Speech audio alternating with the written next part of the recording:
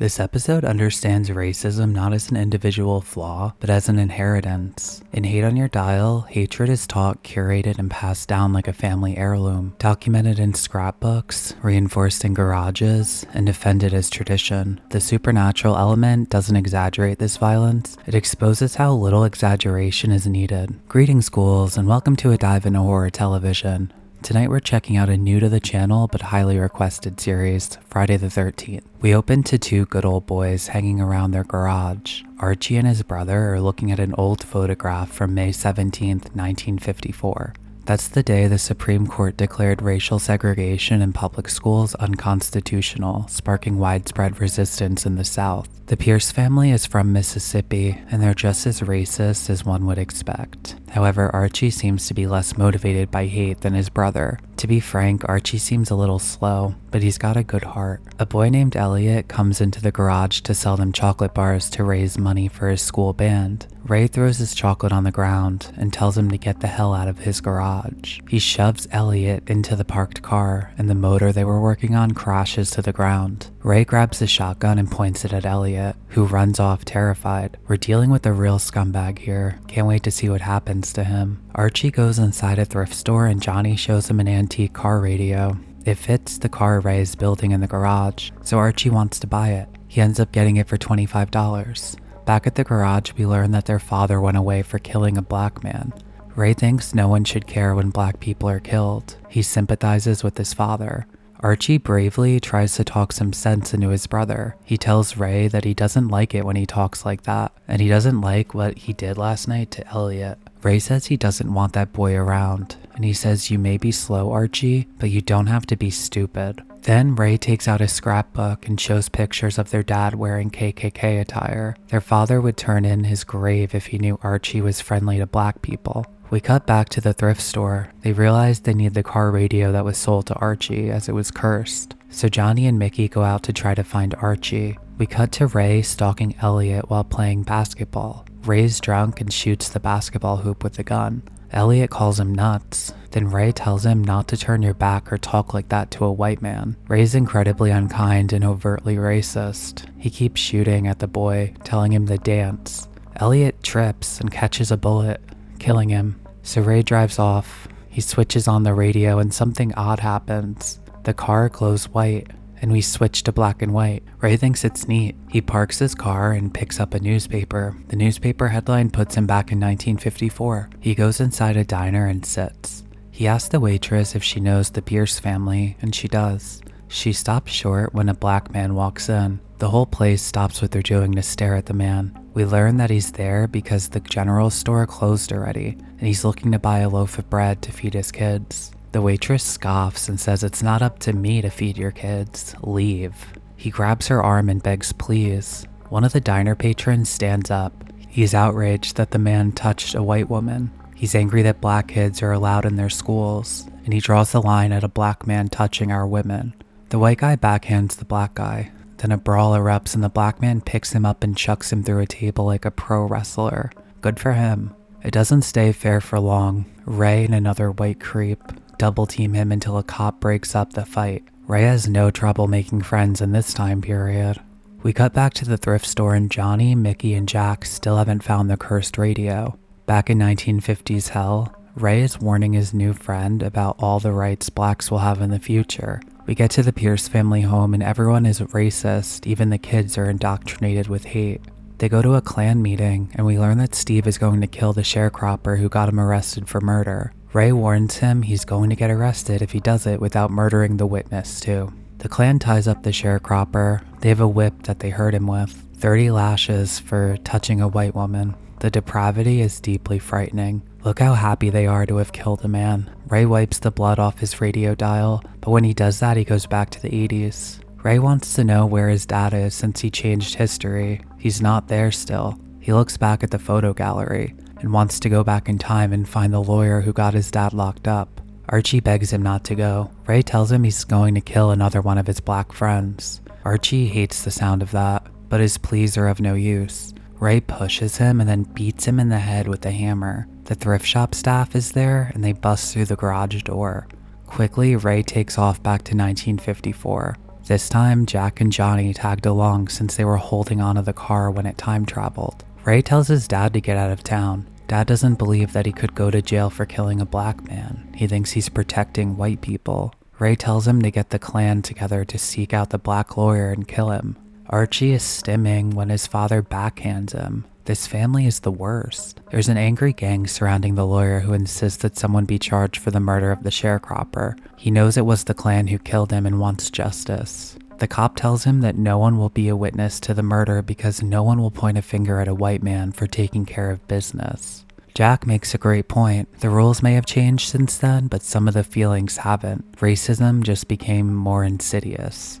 Back in the 80s, Mickey is dealing with the fallout at Archie's home. There are police everywhere. Back in the 50s, Ray has a heart-to-heart with his mom. She tells it like it is. She says killing all the black people in the world won't help anyone. The hate he holds in his heart will always be there. Archie looks horrible. His father beats him way too much. What a stellar guy Ray is protecting. That night, the clan kidnaps both the lawyer and Jack, whom they think is a spy. They tie up Ray, too. The photo book he brought with him makes him look really suspicious.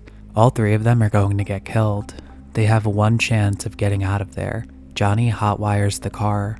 They think Ray is with the FBI. Ray's tied to a pole. Johnny takes out a few Klansmen, gets the lawyer and Jack into the car, and then speeds off. Ray is still in deep shit. He gets lit up like a Christmas tree. The men say Southern men don't need saving. They look out for their own. And Ray is up in smoke as he begs his dad not to burn him to death. The lawyer gets dropped off and the two thrift shop staff wipe the blood off the radio. They appear right in front of Archie and Ray's mom and Mickey. They're so happy to be home. The episode uses Ray and his family to embody the generational persistence of racial prejudice, showing how hatred is both inherited and socially reinforced. From the outset, the Pierce family's ideology is rooted in the systemic racism of the mid-20th century Mississippi, illustrating that prejudice is not only personal but embedded within family structures and local culture. By situating Ray in 1954, the year of the Supreme Court outlawed racial segregation, the story directly confronts the audience with the societal resistance to justice and equality. The historical context is not incidental. It highlights the real-world violence and oppression Black people faced and emphasizes the structural mechanisms such as the legal system and social norms that upheld white supremacy. The cursed radio functions as a metaphorical time machine for moral reckoning.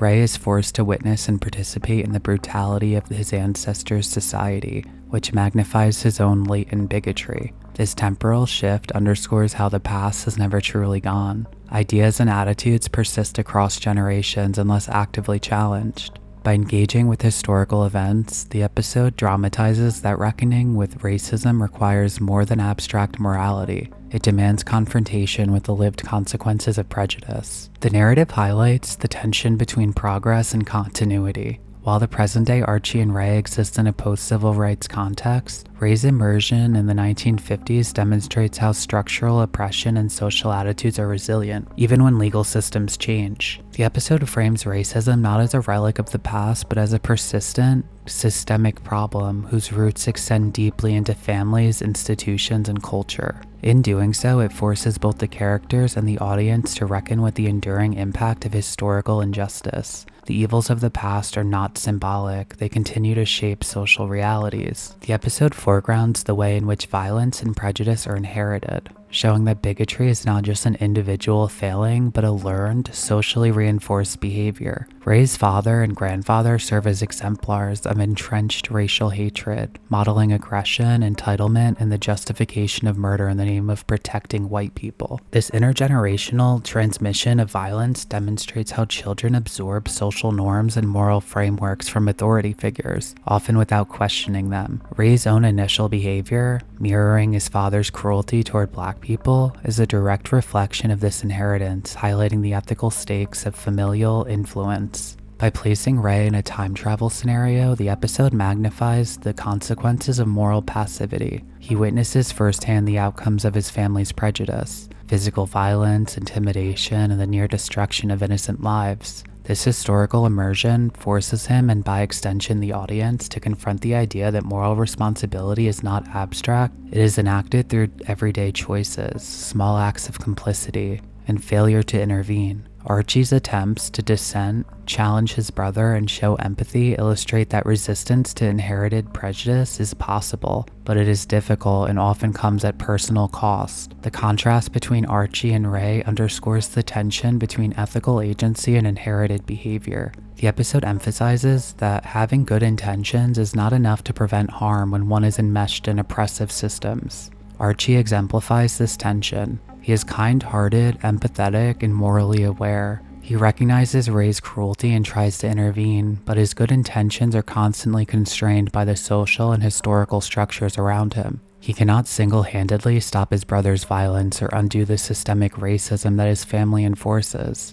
Archie's attempts at agency are repeatedly thwarted, illustrating that ethical action is limited when the broader context normalizes injustice. The episode highlights how deeply ingrained social hierarchies and discriminatory structures endure across generations, shaping behavior long after the original acts of oppression. The Pierce family exemplifies this.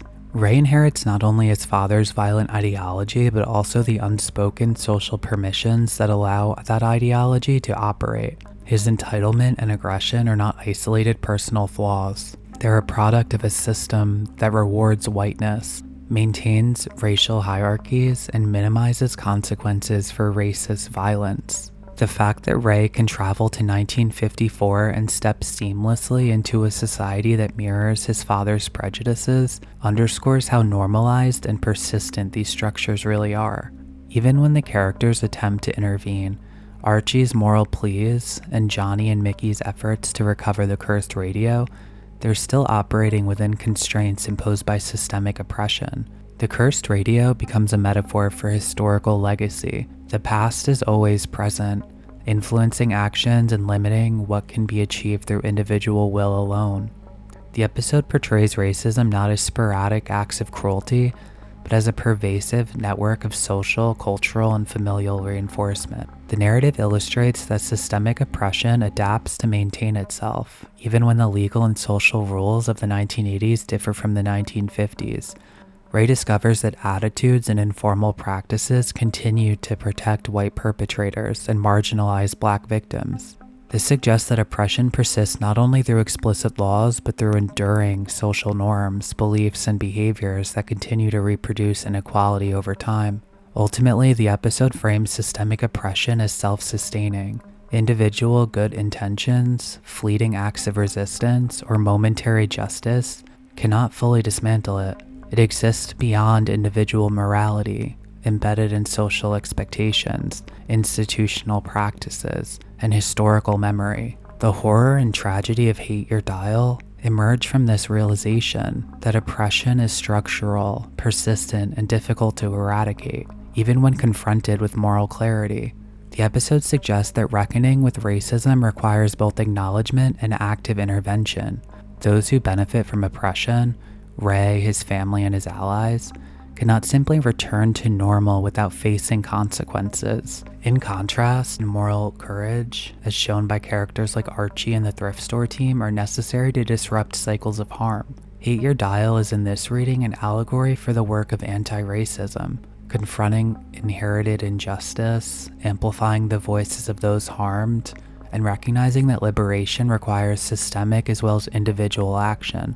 The episode was directed by Alan Eastman, who has worked on tons of television, including Degrassi, The Next Generation, Andromeda, Nightman, and Star Trek Voyager. The episode was written by Nancy Miller, who is known for creating Saving Grace, writing 46 episodes. She also worked on Nashville, Any Day Now, and Leaving LA. Michael Rhodes played Ray, and he's known for Hollywoodland, Interstate 60, Devil, and Survival of the Dead. He plays the role of a hateful Southerner really well. Robert Silverman played Archie, and he was in Jason X, Scanners, The Brood, and Naked Lunch. The sheriff was Vlasta Varana, known for The Glass Castle, Race, and Upside Down. Overall, this episode is a really good one. I'll rate it a 9 out of 10 for Friday the 13th. I'm glad Thrash Pondo Pons recommended this one because I totally see why. It's a great episode to start this series off with, so I hope you enjoyed it as much as I did. Remember to be well and stay spooky.